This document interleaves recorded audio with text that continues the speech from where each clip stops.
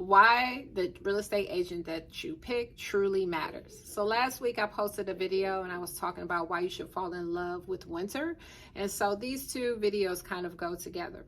So winter is a great time or opportunity if you're a real estate investor or just a traditional buyer to purchase real estate, because we have something that's called snowbirds, folks that leave the area to get away from the cold, and it opens up for more opportunity here in the Midwest region. So I have a buyer. She was looking for a home for her and her family to live in. And so we went out to the property to take a look at it. When we got inside the property, we noticed that it was extremely cold, and it's wintertime. Now, we hadn't at this point reached freezing temperatures, but the news was reporting in a few days a bad snowstorm was going to be hitting our area, and we were also going to have some below zero temperatures hitting soon. So we went through the property, we did a tour of the property, that part was a great experience, but we still had that concern about the furnace. After touring the property, I reached out to the listing agent of the property to just kind of notify and let them know that, hey, you may want to let the owner know that they need to have the furnace checked out. Obviously, this was a vacant property. The owner, which I found out later, is living out of state. I notified the real estate agent about the situation and just kind of gave a gentle nudge that, hey, and also, you know, these freezing temperatures are going to be happening soon. She responded back. She was going to let the owner know. And so my client, she actually decided she wanted to move forward with it. She wanted to put her offer in that property. We negotiated the offer and she won the winning bid on it. So the next part of that process is we schedule a home inspection on the property.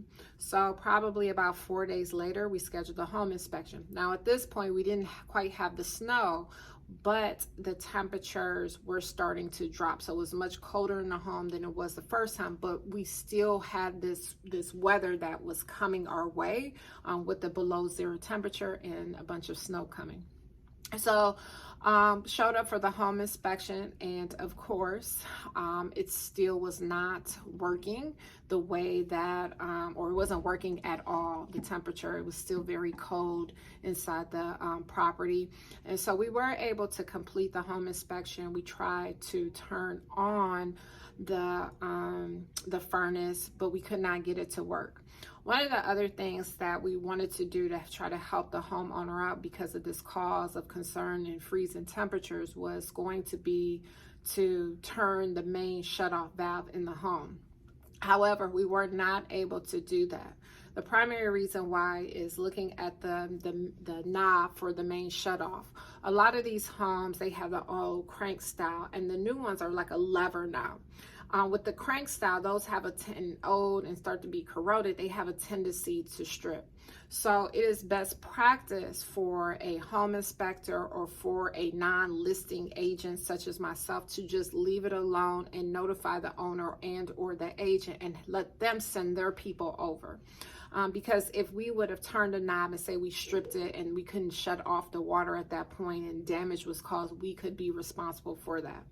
So we completed the home inspection on the property with the notation about the furnace not working. Again, followed up with that listing agent to let her know that the property, the furnace was still not on, and that in a matter of 24 hours, we may be hit with below zero temperature, and about the knob not working or not being able to shut off that water. Again, she said she was going to notify the seller.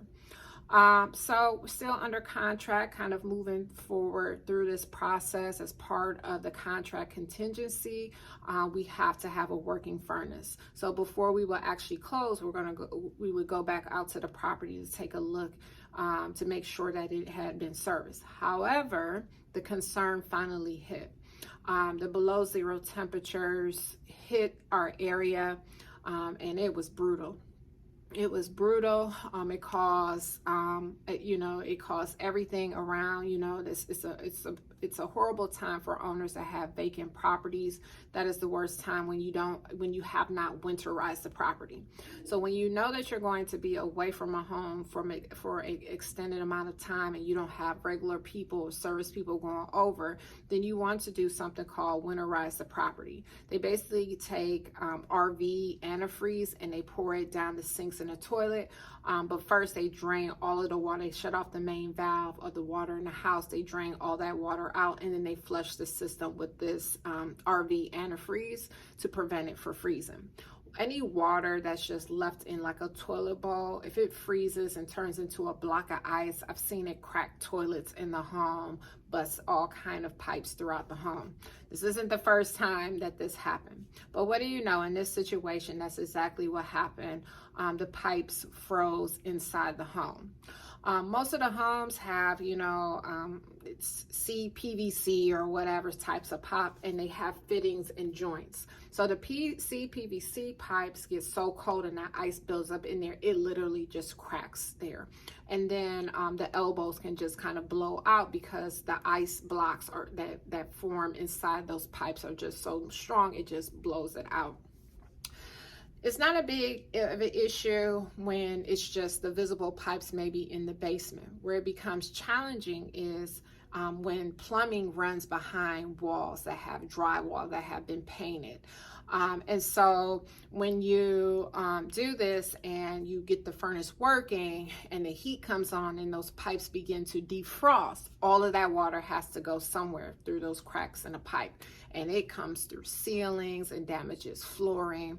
I can recall another instance of doing a final walkthrough of the property and walking in with icicles hanging from the ceiling and the wood floors being buckled throughout the first floor, all within a 24 to 48 hour time frame of it being just that cold and pipes freezing. The reason why I say your agent matters is because I gave several instances in this case when talking to that real estate agent to create the urgency. Now, I know that I'm talking a little more calm now, but just saying like this needs to be taken care of right away. This is like 911 to your owner because this temperature, this extreme cold is coming in and it can cause more damage to the property. So it would be more beneficial for you to pay whatever extra fee for the service provider to get there within, same day service than it would be to kind of wait it out to whenever they can get there. As a listing agent, as a real estate professional, I feel that it is my duty to convey that message. And in that particular case, because in all fairness, sometimes it is really hard to get in touch with our clients. Many of our clients may be traveling, maybe out of the country, and it's harder to communicate with them. A service call to a property could be like, $100. Personally, for me, I would have absorbed that $100 or whatever that service call was in an effort to help out my owner. I never want to allow my owner, and especially, you form relationships and everything, and I never would want them to have this catastrophic situation because sometimes the damage could be so bad that they would have to make an insurance claim. It does no one any good. The owner would have to delay on selling the property. If they live out of state, they would probably have to come back in. My buyer would not be able to purchase the property. Your real estate agent really does matter. You want to know, and it could be a situation of, the agent not understanding the plumbing and the kind of cause and effect to it all. So because I wear so many hats, we have a construction company, I work on the construction side, I'm a real estate investor myself. I definitely understand the potential damage, and just because I've been in this business for so long and I've seen it happen. So my experience level and expertise showed and told me that there's a high level of concern of what could happen and the amount of damage it could cause to this property. So when you're going out and you're looking for a real estate agent, you really want to make sure that you find someone that has a level of care and understanding and concern for your property, especially if the house is being left vacant and on top of you moving out of state. You want that person to be your eyes and ears, to go over to the property, to check on that property, to provide feedback to you in a timely fashion. There is definitely opportunity in the winter months for real estate, but there's also a level of concern to have as well. Anytime that you're going to have a vacant property, you want to make sure that you take precaution. And if it is going to be vacant, then winterizing that property is the best thing that you can do. Hopefully, this is a helpful video for you. You found, some tips, great tips for yourself. Thanks for joining in.